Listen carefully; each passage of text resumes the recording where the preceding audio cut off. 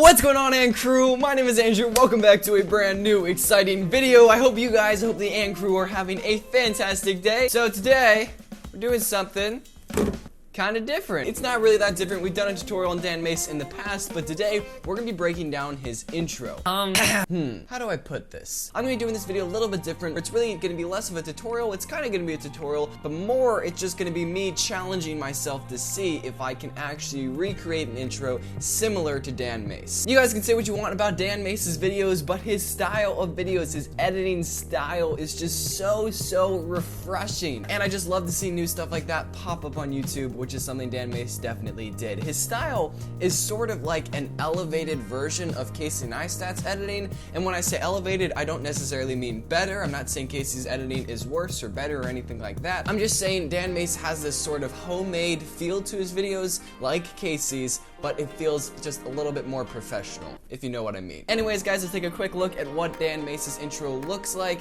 and then we'll start breaking it down.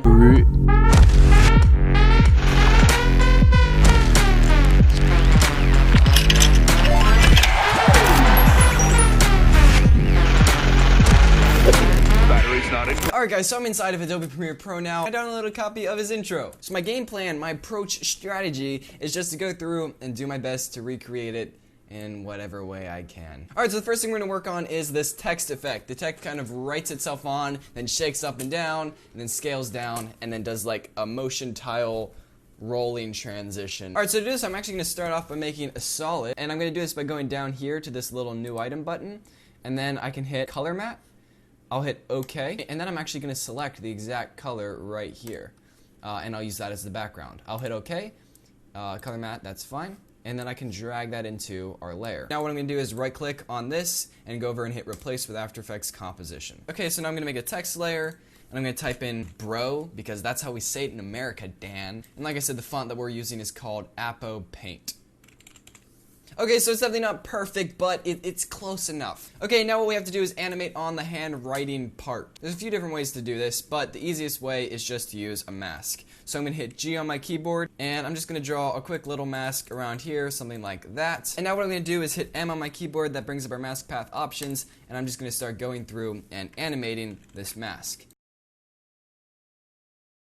Alright, cool, so I just finished animating through the font, and now if we play back, check this out. It's really simple, and when it's fast-paced like that, it looks pretty natural. Alright, cool, so now we've got the text right on. Now what we have to do is just add a little bit of shake. I'm going to have it right on, and then right here, I'm going to actually duplicate the text by hitting Control-D on PC or Command-D on Mac. I'm going to hit Control-Shift-D to split this. I'm going to move over a few frames. I'm going to split the clip, Control-Shift-D, delete the second half. Now what I'm going to do is hit Scale for this Bro 3. I'm going to go over to this stopwatch, and I'm going to select the stopwatch while hitting Alt on my computer, and I'm just going to type in a really simple expression, the wiggle expression. So you just type in wiggle, opening parentheses, I'm going to type 10, comma, 50, closing parentheses. It's got that nice wiggle effect. I'm going to bump it up a bit because it's not wiggling quite fast enough. Just for this last bit, go to the end, hit S on your keyboard, keyframe scale, go to the end and just scale it way down. Cool, and now when we play it through with music,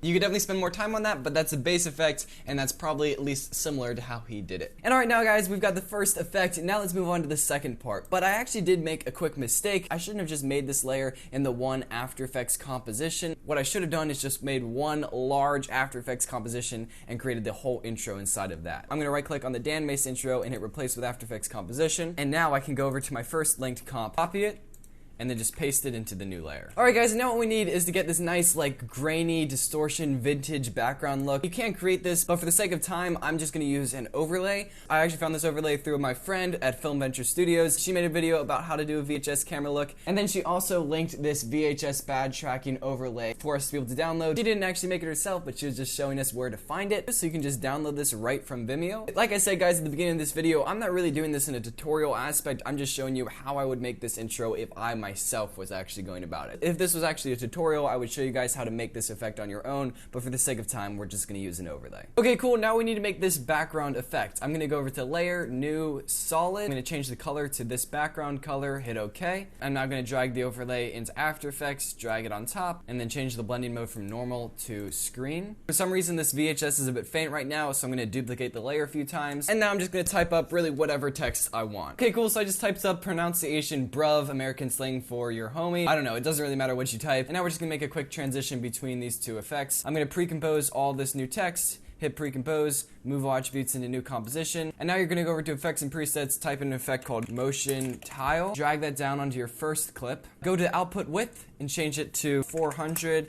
output height 400 as well. Hit mirror edges, copy this effect, go to the next pre-comp and paste it on there as well. Go back to the first clip, hit P on your keyboard, keyframe position, move to the end of the clip, and reposition it all the way up there. Go to the next clip, hit position, hit keyframe position. I'm going to drag the keyframe out. I'm going to drag this way down. Last thing we want to do is add some motion blur. Hit this button to enable motion blur, and then check the motion blur boxes for both of these layers. After Effects did a great job adding motion blur, and that's going to really clean up the effect. Final thing I'm going to do is quickly add some keyframe interpolation. I'm going to select my keyframes, hit F9 on my keyboard, go into my graph editor. I'm not going to go into depth with this video because this is already going to be a long video. If you guys want to see more tutorials on how to better use the graph editor, then I'll link some down below. But this is the general shape we're going for. I'm going to do this for the second clip as well. Select the keyframes, go into the graph editor, separate the XY dimensions.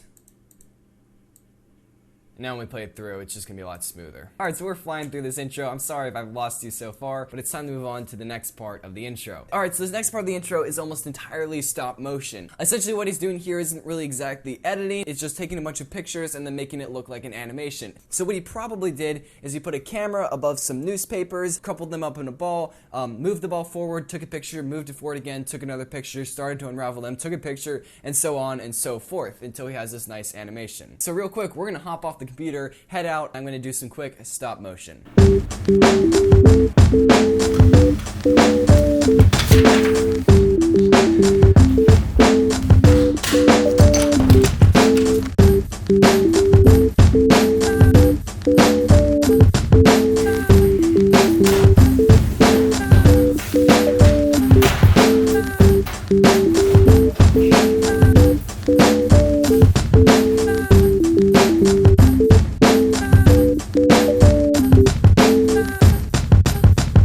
So I just finished recording the paper, I imported it into the computer and did a couple quick effects. First off, I just lined up the animation of the newspapers and everything like that, and then I slightly animated the folding stop motion of my body. Now we just need to do a couple quick effects for the stop motion. Now what we need to do is when these newspapers come on is we need to add a new layer that darkens the newspapers. I'm going to add a solid layer. This is going to be black. Hit OK. We'll drag that above all of the newspapers, and then we're going to hit T on our keyboard to bring up opacity, and we're just going to bring the opacity down a bit, something like that. Now quickly we need to get a picture of a coin. I'm going to type in coin. This one should work perfectly. It says free for personal and commercial use, no attribute required, which is exactly what we need. I'm going to hit G on my keyboard and drag a quick mask around the coin. Now we need an arcade machine. This is the closest I could find that's no attribute required and free for personal and commercial use, so I'll download that. Drag it into After Effects, I'll scale it way down, and then I'll cut it out a bit. I'm gonna go over to Effects and Presets, use a tint effect, drag that on there.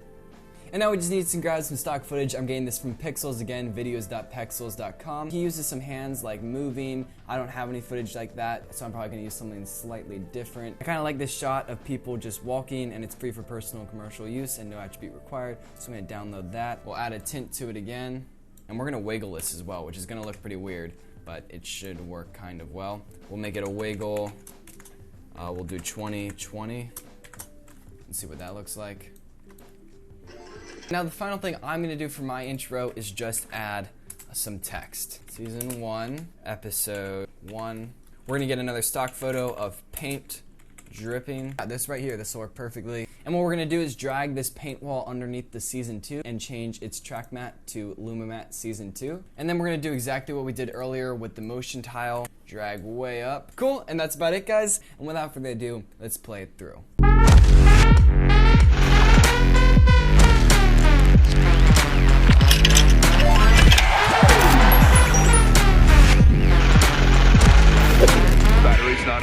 you go, guys. That is my attempt at creating a Dan Mace style intro. Now, it's not perfect by any means, and it's nowhere near as good as Dan Mace's, but I think we sort of touched on a lot of the main elements of his style. Thank you guys so much for watching this video. If you guys have not joined the And Crew is a place for creative entrepreneurs, aspiring YouTubers, aspiring editors. We are the social innovators of tomorrow, and if you guys have not slapped that subscribe button, then definitely slap that subscribe button and join this amazing community. If you guys want, you can hit that bell next to the subscribe button, and that will turn on post notifications. I post Mondays, Wednesdays, and Fridays every single week, so you're not going to want to miss a single one of my uploads. Thank you guys so much for watching this video, and I'm going to catch you guys back on Friday. I'll see you guys then.